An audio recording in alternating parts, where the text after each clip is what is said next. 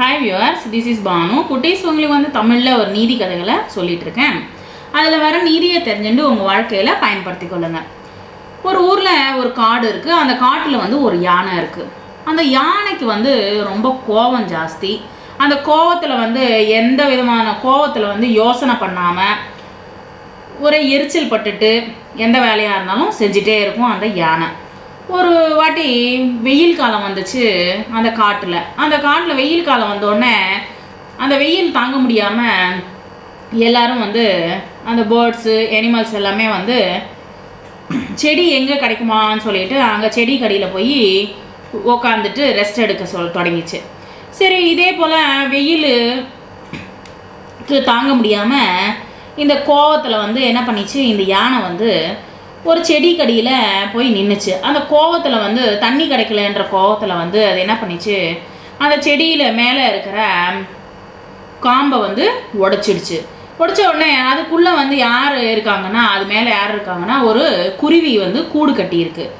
அந்த குருவி ஜோடி வந்து கூடு கட்டியிருக்கு. கூடில் வந்து 2 முட்டை போட்டிருக்கு. அந்த முட்டை வந்து கீழே விழுந்து அப்படியே உடஞ்சி போயிடுச்சு.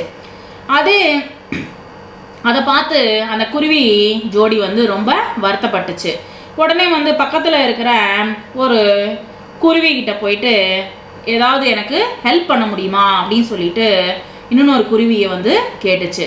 உடனே சேர்ந்து இந்த 3 குருவிகளும் வந்து அதுக்கப்புறமா வந்து பக்கத்தில் ஒரு கூட வந்து நான் ஹெல்ப் பண்ணுறேன் உங்களுக்கு அப்படின்னு சொல்லிட்டு அந்த கூட வந்து ஹெல்ப் பண்ணுறேன் அப்படின்னு சொல்லி முன்னுக்கு வந்துச்சு.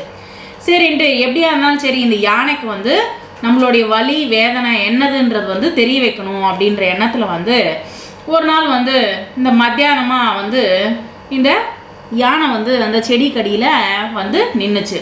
நின்ன உடனே அந்த யானை கண்ணு முன்னாடி போய் இந்த வந்து பறந்துட்டு இருந்தது. பறந்த உடனே யானை வந்து கண்ணை மூடிண்ட உடனே இந்த ஒரு குருவி என்ன பண்ணிச்சு, போய் அந்த யானையை வந்து கொத்தின உடனே அந்த வலி தாங்க முடியாமல் யானை வந்து கத்திச்சு, ரொம்ப கவலைப்பட்டுச்சு. அப்போ வந்து இந்த குருவி எல்லாமே வந்து என்ன சொல்லிச்சுன்னா, நீ இந்த சின்ன வலியே வந்து உன்னால் தாங்க முடியாமல் நீ கத்துறியே, அப்போ வந்து எங்களுடைய செடியில் இருந்த எங்களோட முட்டைகளை வந்து என்ன பண்ண, எல்லாத்தையும் உடச்சி தள்ளிட்டியே, அப்போ வந்து எங்களுக்கு எவ்வளோ வலி இருக்கும் அப்படின்னு சொல்லிட்டு கேட்டுச்சான்.